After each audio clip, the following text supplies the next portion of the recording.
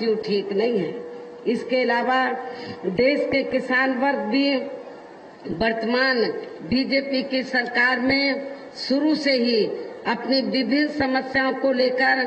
काफी ज्यादा दुखी व परेशान रहे हैं और अभी भी हैं। जबकि यूपी में 4 बार हमारी पार्टी की रही सरकार ने इनके हितों का भी हर स्तर पर विशेष ध्यान रखा है। और इतना ही नहीं, आप लोगों को ये भी मालूम है, हमारी पार्टी ने अपनी चारों हुकूमतों के दौरान तो किसानों को समय से हमने खेती करने के लिए सस्ते साधन उपलब्ध कराए हैं और उनकी फसल का भी समय से हमने उचित दाम दिया है, जो अब आपको किसी भी पार्टी की सरकार में यह मिलता हुआ नजर नहीं आ रहा है। इतना ही नहीं, बल्कि केंद्र में पूर्व की रही कांग्रेसी सरकार की तरह ही वर्तमान भाजपा सरकार में भी इनकी जातिवादी, हीन, सांप्रदायिक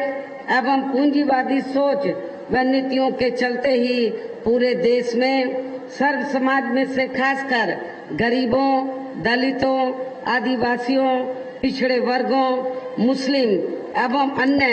धार्मिक अल्पसंख्यक समाज के लोगों का भी पूर्ण रूप से विकास व उत्थान आदि नहीं हो सका है। और इस संदर्भ में वैसे आप लोगों को ये मालूम है कि पूरे देश में यहाँ दलितों, आदिवासियों एवं अन्य पिछड़े वर्गों का सरकारी नौकरियों में वर्षों से अधूरा पड़ा आरक्षण का कोटा भी अभी तक पूरा नहीं भरा गया है। विशेषकर एससी व एसटी वर्गों के सरकारी कर्मचारियों का पदोन्नति में आरक्षण भी अब काफी हद तक प्रभावहीन बना दिया गया है। और आप लोगों को ये मालूम है, जब समाजवादी पार्टी सत्ता में थी तो समाजवादी पार्टी ने इन वर्गों के कर्मचारियों का पदोन्नति में आरक्षण बिल्कुल ही समाप्त कर दिया था, खत्म कर दिया था। तो क्या आप लोग दलित और आदिवासी लोग, क्या आप लोग ऐसी समाजवादी पार्टी को वोट देंगे? मैं समझती हूँ कि आप लोग बिल्कुल भी ऐसी पार्टी को माफ नहीं करेंगे, वोट नहीं देंगे। साथ ही केंद्र व राज्यों में भी विरोधी पार्टियों की रही सरकारों में इन सभी वर्गों को प्राइवेट सेक्टर में आरक्षण दिए जाने की व्यवस्था किए बिना ही इनकी सरकारों के ज्यादातर सरकारी कार्य अब प्राइवेट सेक्टर के जरिए ही इनके बड़े बड़े पूंजीपतियों व धन्ना सेठों आदि को ही दिए जाने के कारण अब इनको पूरे देश में आरक्षण का बहुत कम ही लाभ मिल पा रहा है। इसी प्रकार इनका अन्य और मामलों में भी शोषण में उत्पीड़न आदि होना अभी तक भी बंद नहीं हुआ है। इसके साथ साथ मुस्लिम व अन्य धार्मिक अल्पसंख्यक समाज के लोगों की भी हालत हर स्तर पर यहाँ काफी ज्यादा खराब व दयनीय ही बनी हुई है। इतना ही नहीं, बल्कि पिछले कुछ वर्षों से केंद्र व अधिकांश राज्यों में भी बीजेपी व आरएसएस की सरकारों के चलते हुए अब इनका विकास एवं उत्थान आदि होना भी काफी हद तक बंदशाई हो गया है। आए दिन इन पर खासकर हिंदुत्व की आड़ में हो रही जुल्म जाति भी यहाँ काफी ज्यादा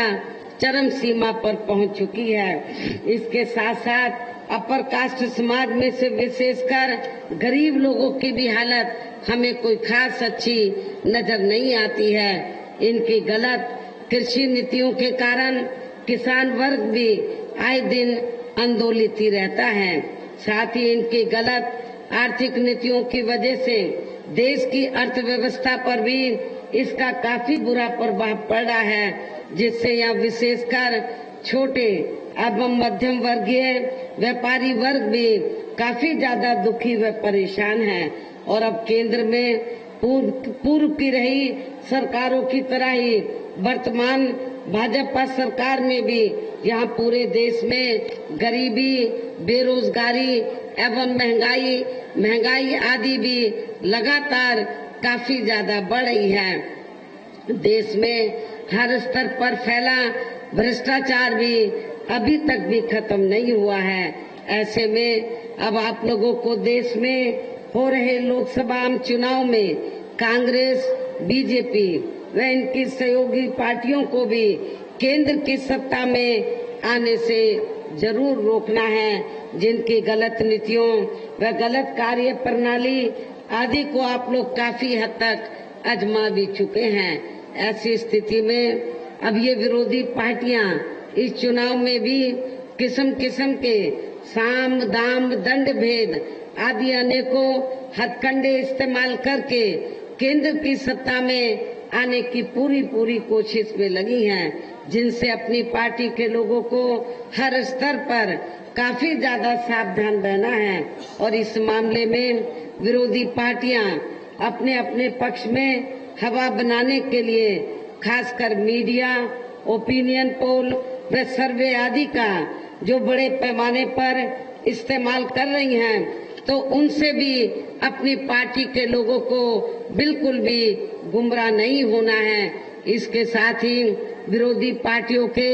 विभिन्न रूपों में जारी किए गए इनके हवाई व प्रलोभन भरे चुनावी घोषणा पत्रों एवं वायदों आदि के बहकावे में भी अपनी पार्टी के लोगों को कतई नहीं आना है, जिन्हें ये पार्टियां चुनाव खत्म होने के बाद ज्यादातर अमल में नहीं लाती हैं और अभी जिन पर से देश की जनता का अधिकांश विश्वास ही उठ गया है। यही खास वजह है कि हमारी पार्टी किसी भी चुनाव में अपनी पार्टी का कोई भी चुनावी घोषणा पत्र आदि जारी नहीं करती है। वैसे भी हमारी पार्टी किसी भी चुनाव में कहने में बहुत कम बल्कि कार्य करके दिखाने में ही ज्यादा विश्वास रखती है। और इस बात का सबसे बड़ा सबूत ये है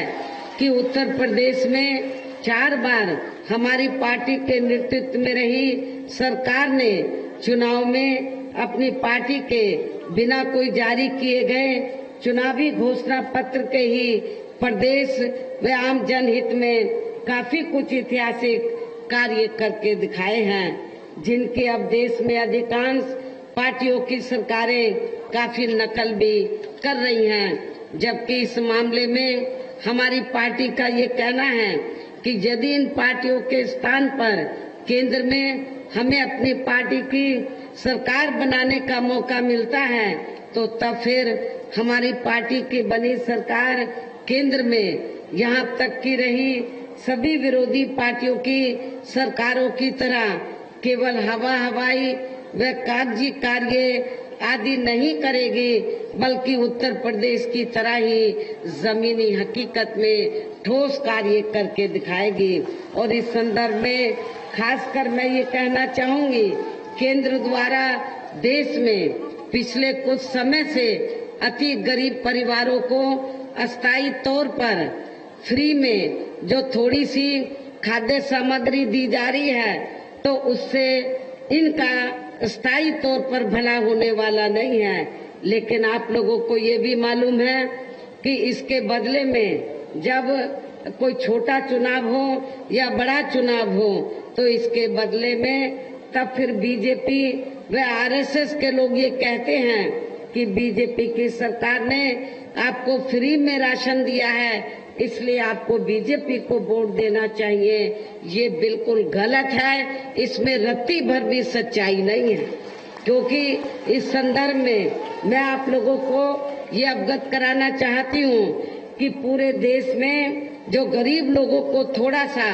जो फ्री में राशन दिया जा रहा है, तो ये कोई बीजेपी व आरएसएस के लोग नहीं दे रहे हैं, बल्कि पूरे देश की जनता जो विभिन्न रूपों में केंद्र की सरकार को टैक्स देती है, और टैक्स के जरिए जो सरकार के पास जनता का पैसा जाता है, उस पैसे से आप लोग ये फ्री में राशन आपको दिया जा रहा है। ये कोई किसी की मेहरबानी नहीं है। और वैसे भी आपकी ये जटिल समस्या, जो गरीब लोगों की ये जटिल समस्या है, देश में हर हाथ को काम देने से ही केवल दूर हो सकती है, जिसकी तरफ हमारी पार्टी की बनी सरकार विशेष ध्यान देगी। साथ ही देश में पिछले काफी वर्षों से आए दिन बढ़ रही गरीबी, बेरोजगारी व महंगाई आदि से भी जनता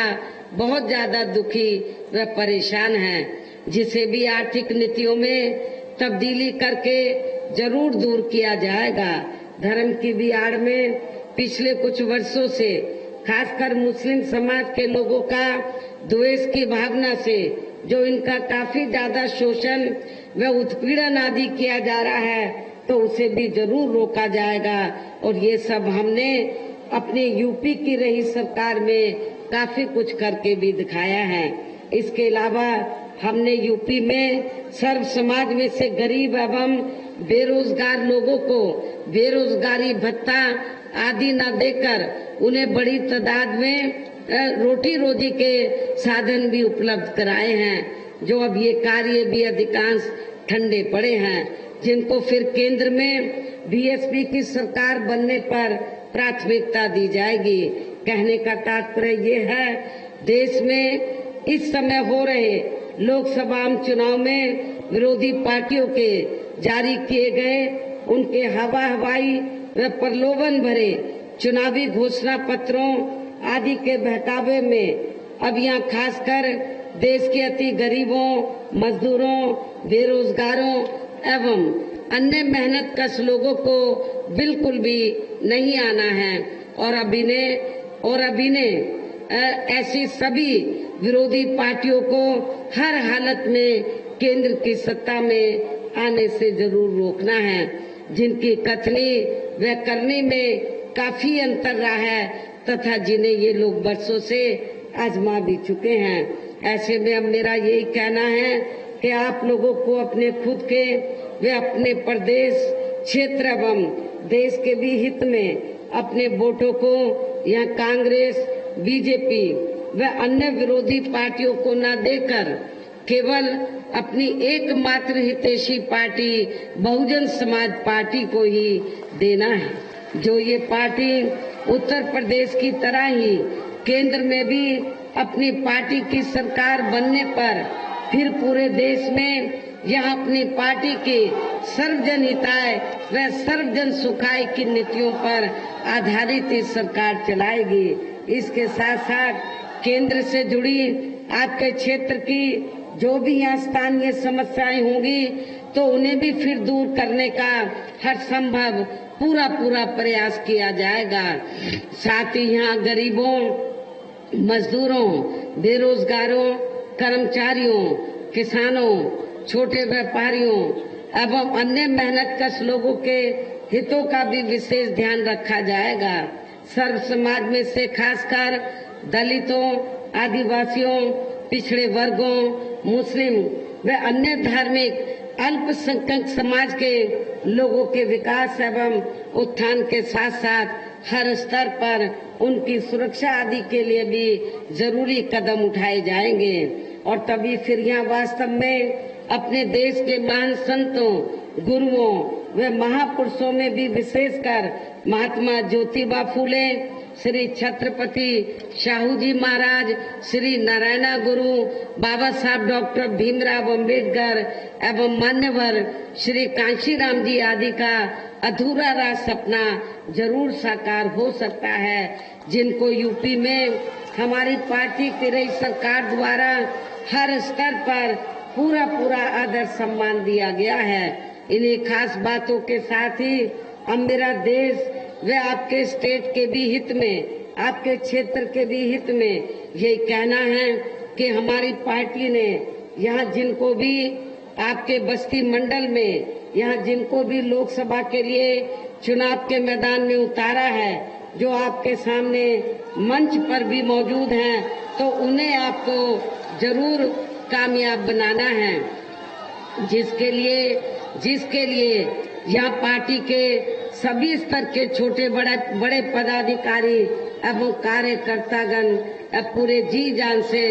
लगे हैं। जिसके लिए हमारी पार्टी के सभी स्तर के छोटे बड़े कार्यकर्ता व पदाधिकारीगण पूरे जी जान से लगे हैं। और मैं अब मैं अंत में मेरा यही कहना है कि आप लोगों को वोट पड़ने वाले दिन यहाँ बीएसपी के अपने सभी लोकसभा उम्मीदवारों को अर्थात बस्ती लोकसभा की सीट से हमने श्री लवकुश पटेल को, आपके नौजवान साथी को चुनाव के मैदान में उतारा है। डुमरियागंज लोकसभा की सीट से हमने मोहम्मद नदीम मिर्जा को हमने टिकट दिया है। संत कबीरनगर लोकसभा की सीट से हमने सैयद नदीम अशरफ को चुनाव के मैदान में उतारा है। मेरी आप लोगों को यही कहना है कि आप लोगों को बहुजन समाज पार्टी के इन तीनों प्रत्याशियों को बीएसपी का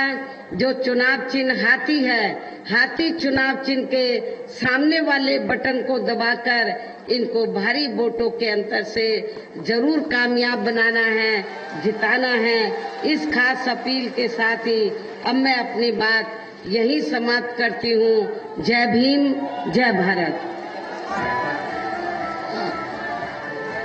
देश की अर्थव्यवस्था खराब हो गई।